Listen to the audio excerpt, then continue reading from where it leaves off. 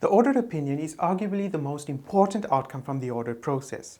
If the opinion is incorrect, users of financial statements are likely to lose significant money if they place reliance on the opinion when making decisions. So it cannot be stressed enough that arriving at the correct opinion is imperative. There are 4 types of audit opinions. It is important to note that when we refer to audit opinion, we are only referring to one element of the audit report and not the entire audit report. The first type of opinion is provided in ISO 700 and is the standard unmodified opinion. This is the best opinion that can be provided. The remaining 3 opinions are modifications to the standard ISO 700 audit opinion, and so it is not a good thing, since it indicates that there are issues with the financial statements.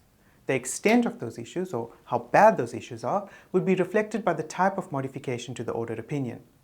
The 3 types of modified opinions are qualified opinions, adverse opinions, and a disclaimer of opinion. The challenge is to determine which of the 3 modified opinions would be applicable in a given situation. In order to determine this, you must be familiar with the words material and pervasive. An issue would be considered material if it affects users' decisions. Pervasive refers to something that is widespread or prevalent throughout the entire set of financial statements. That is, the issue cannot be contained to a specific account or component of the financial statements.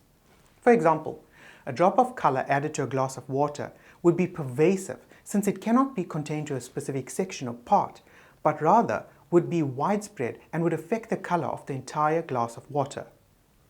Now let's use the decision tree to work out the appropriate audit opinion.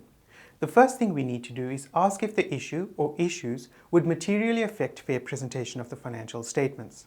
If the answer is no, then the appropriate opinion would be an unqualified opinion.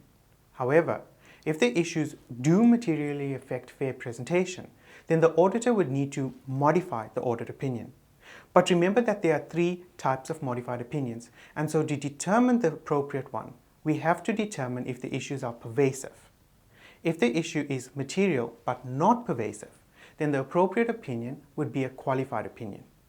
If the issue is both material and pervasive, then the appropriate opinion would either be an adverse opinion or a disclaimer of opinion.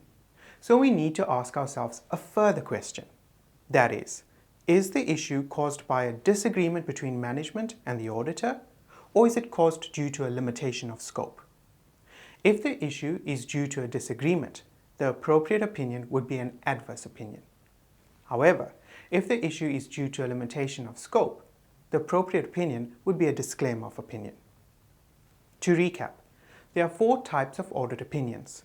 The best opinion would be an unqualified opinion. Any changes to this would be considered a modified opinion. There are 3 types of modified opinions, namely qualified opinion, adverse opinion, and a disclaimer of opinion.